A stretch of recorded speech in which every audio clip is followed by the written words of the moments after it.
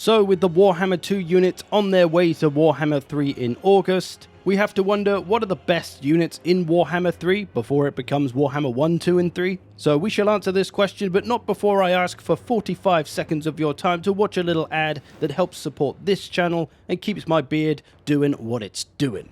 So thanks to War Thunder for sponsoring this video. War Thunder is an online military vehicle combat game that is free to play on PC. It's also on PlayStation 5 and Xbox and older generation of consoles, as well as being cross-platform between PC and all the consoles as well.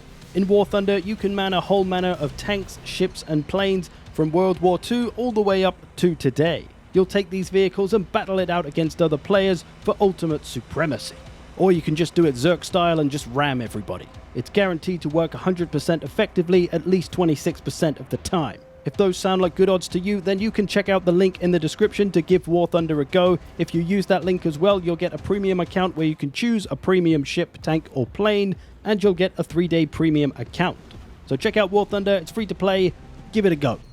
Now then, the first unit I think is one of the best, is also one of the ones that's impossible to hide even with a scheisse ton of blur. It's clearly those good old Nurglings. They may not be expensive, they may not be elite, but boy are they good at their job.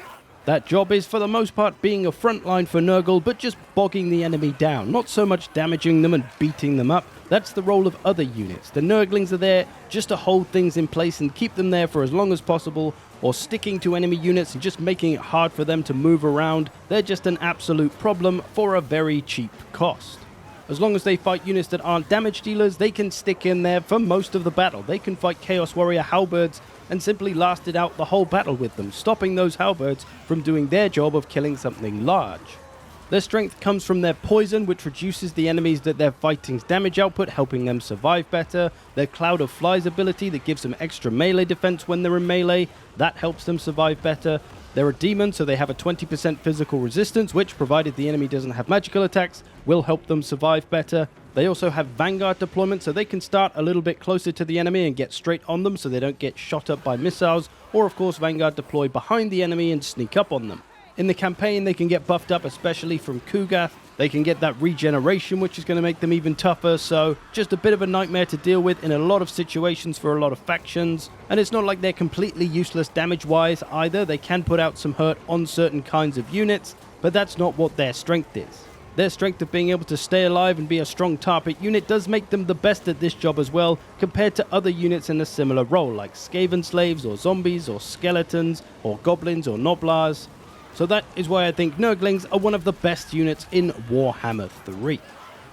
The next unit is technically a hero, but actually 4 of them, so kind of a unit. It's the Cultists for the Demon factions. And it's not necessarily the Cultists themselves that makes them strong, it's the fact that they can summon.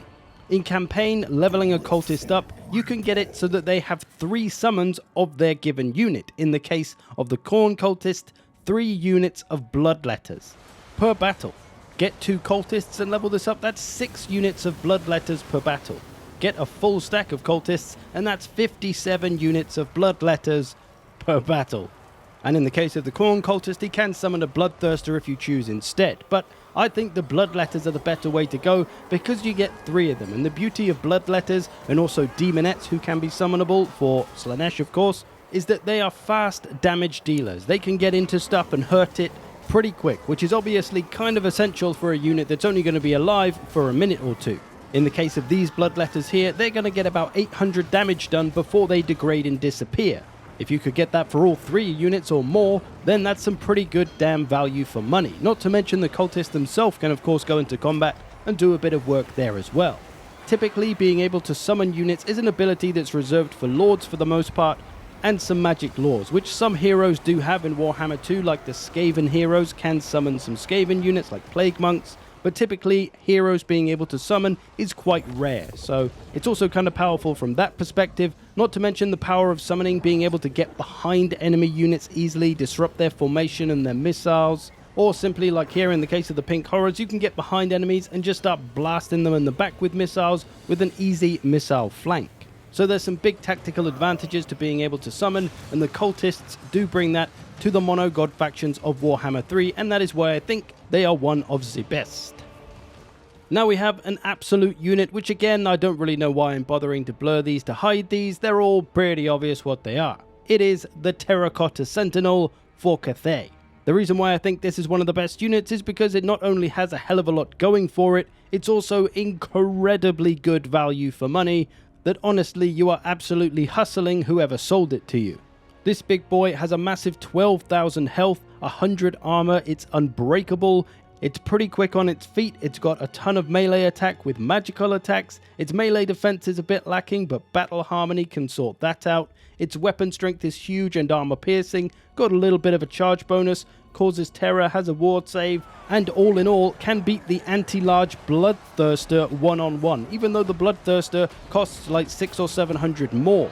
Which makes this big boy pretty versatile. He can bash on infantry, he could smash up cavalry or monstrous infantry, or single entity monsters as well. You could just use him as a damage soak to absorb a bunch of missiles and to be a big target. He's got plenty of health to survive that.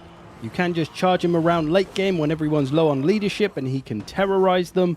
There's a lot that the Terracotta Sentinel brings to the table. But as I say, most notably, for a frickin' bargain price. So Terracotta Sentinels, they hit hard, they're tough, they're versatile, which is why I think they're one of the best units in Warhammer 3 and something that is much needed for Cathay, given that their faction is a little bit on the struggling side at the moment. Now to a nice hybrid unit that I simply couldn't bear not to put in. It's the Kislev War Sleds, both the light and heavy version to be honest, both incredibly strong and incredibly versatile and good at what they do. Firstly, they've got that strong ranged attack, which is a powerful armor-piercing missile. They've got plenty of ammo for it, and of course are quick enough to keep themselves out of trouble so that they can keep using that ammo before having to get stuck into melee. That missile attack can be anti-infantry, it could be aimed at large units so they can be anti-large, and as long as those are higher end units, they'll get plenty of damage value out of it. And ideally, you'd like to use up all of that ammo before getting into melee so that you don't lose any chariots and lose any of the ammo, but sometimes you just need to use that chariot as a disruption tool, charging through all of the enemy missile units, disrupting them, stopping them from firing, and just being an absolute nuisance. These heavy mass chariots can do that very well and be very difficult to stop. The lighter chariot is a little bit more susceptible to missile attacks as it doesn't have as much armor, but if you time it right and attack with the rest of the army all at the same time, they shouldn't be too focused down and can be incredibly strong just charging around all over the place as a chariot. So like most ranged chariots, they can just be an absolute nuisance to deal with. It's hard to catch them to stop their ranged attack, and it's even harder to catch them in melee to stop them charging over all of your infantry. Not to mention that you can amplify the problem by bringing 2 or 3 units of these war sleds. There's also the fact that big strong chariots like this can be great for hammer and anvil. They can inflict those big leadership penalties. They're super maneuverable to charge around and do this all over the place. They also have fear as well, which is very useful for those hammer and anvil situations. That's just more leadership to bring down. So yeah, the combination of ranged attack power, hammer and anvil potential, disruption potential, simply mowing down infantry potential, these chariots are pretty damn versatile.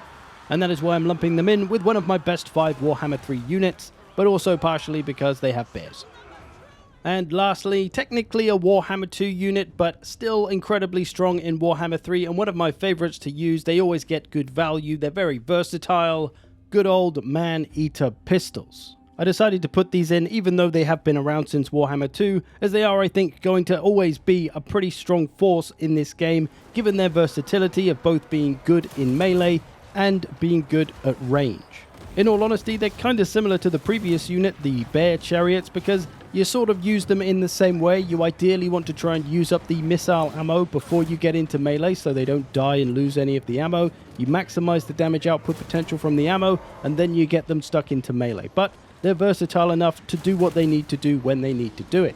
And because there's a low model count in the unit, it means the models have a lot of health, so an individual model doesn't die easily, which means there's less risk of actually losing a model and thus losing ammo. So that's part of what makes them strong, is that their individual ogre models are all pretty good at staying alive, which is of course going to help you maximize damage potential from missiles and from melee. And again, like the chariots with their armor-piercing missile, they can play the anti-large role at first if they want to, shoot at some monsters, monstrous infantry, single entities, maybe some cavalry if it's coming in on the flanks. Flying units, they can play the anti-air role as well. They're pretty quick, so they can get around the flank if they need to and line up some nice flanking shots or just a flanking hammer and anvil charge. They are big old ogres, so they have that fear again. As I say, it's all just like the chariot, right? The hammer and anvil's good. It's even better because you've got the fear. Just a really great unit that has a whole potential ton of decent uses. So one of the best units in Total War Warhammer overall, and will be so for a long, long time, I'm sure. But with that, we come to an end. Don't forget to check out War Thunder, link in the description if you wish to. And don't forget, if you sign up through that link, you'll get some extra premium stuff to help you on your way. So go jump in some tanks, some planes, some ships, and bring victory home, goddammit. I hope you've enjoyed this. Thanks for watching. I will see you in the future.